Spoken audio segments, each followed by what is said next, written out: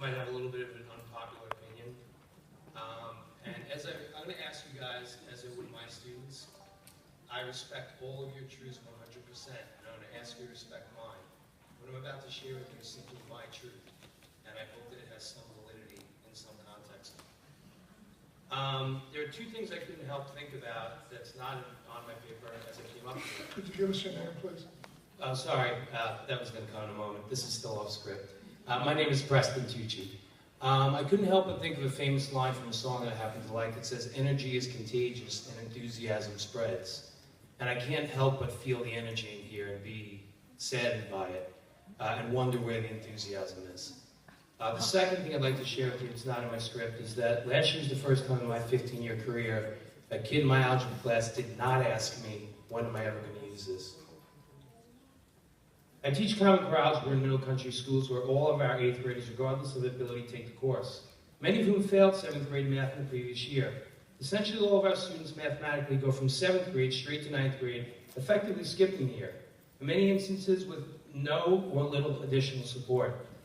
And even with those obstacles to overcome, I can't help but marvel at the construct of the Common Core algebra course and its ability to foster outstanding mathematical thinking. For anyone who's willing to listen, I often testify that I've learned more mathematically preparing and teaching this course over the past 2 years than I had in the 15 years before it, including an Ivy League degree and a master's in mathematics. My last year's students achieved 94% passing, 20% mastery, including 100 298s and several other outstanding scores, one of whom was homeless, several of whom hadn't passed a quarter of math since 6th grade. The instruction they received was fair to moderate at best. I know I can deliver the course much more effectively and efficiently. And I'm absolutely certain if there was more support for the core and a greater commitment to its content and standards, I'd be working with more capable students coming into my class. The fact of the matter is that my students that went into high school this year were more mathematically able and understood more as 9th graders than I did leaving 11th grade years ago. Which leads me to believe that many of them could have walked right into the Algebra 2 trig class and been more successful as 9th graders than the years of non-core students before them, many of whom failed the course as 11th graders. That being said, I think it's borderline criminal how much time and energy we spent fighting necessary changes in our field.